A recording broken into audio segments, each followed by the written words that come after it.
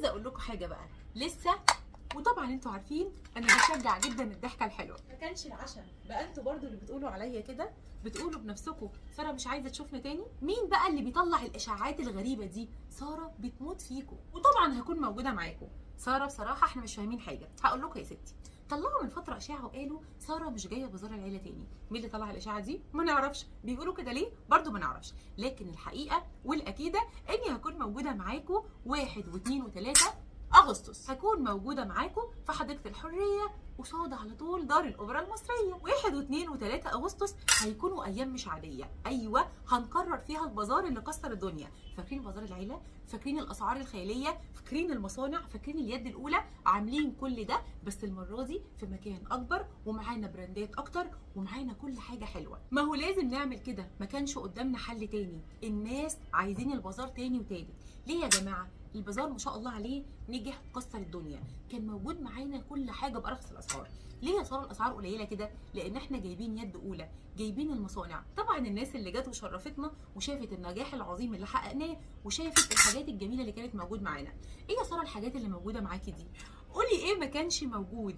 كل الملابس، بيتي، خروج، اسكارفات يا جماعه، ده البوركيني، يعني كل المايوهات العاديه والاسلاميه كانت موجوده. كل الشوزات، كل الشنط كان موجود معانا. كميه براندات للكوزماتكس ما كانتش طبيعيه. معقوله يا ساره؟ واكتر من كده كتير يا جماعه. جهاز العروسه، جميع المفروشات وباسعار خياليه. ليه يا ساره الاسعار الخياليه دي؟ قلت لكم وهقول لكم، مصانع يد اولى. بس كده يا ساره؟ لا طبعا. عايزه اقول لكم اننا معانا ادوات منزليه لجهاز العروسه. يعني لو عندك عروسه، بنوتك، اختك، وصاحبتك، لازم تشرفينا يا جماعه. كل الادوات المنزليه، كل مستلزمات البيت، ده حتى زيت وسكر ودقيق موجود عندنا. عايزه اقول لكم ادوات منزليه وملابس، بوركيني، رفايع، لعب للاولاد، كل حاجه موجوده عندنا. انتوا عارفين ان الحاجه الحلوه لازم اكون موجوده فيها. المره اللي فاتت لما كنت معاهم كنت مبسوطه قوي من كلام الناس. فاكرين لما فتحنا مع بعض اللايف؟ عايزه اقول لكم حاجات هاند ميد، كل حاجه بجد نفسك فيها في فاميلي بازار هتلاقيها. كل حاجه باسعار جميله جدا جدا واحلى كمان. وطبعا انتوا عارفين انا بشجع جدا الضحكه الحلوه. ما هو بصراحه مفيش احلى من الضحكه الحلوه. عايزه اقول لكم زي المره اللي فاتت بالظبط، ويمكن احلى كمان. هنقدم هدايا وهنعمل حفلات، والولاد الصغيرين هيفرحوا وينبسطوا. فاميلي بازار سعاده ملهاش نهايه. فاميلي بازار فرحه لكل بدايه. ان شاء الله ان شاء الله تزورونا تجدوا ما يسركم. وعايزه اقول لكم حاجه بقى لسه، معاكم الفرصه.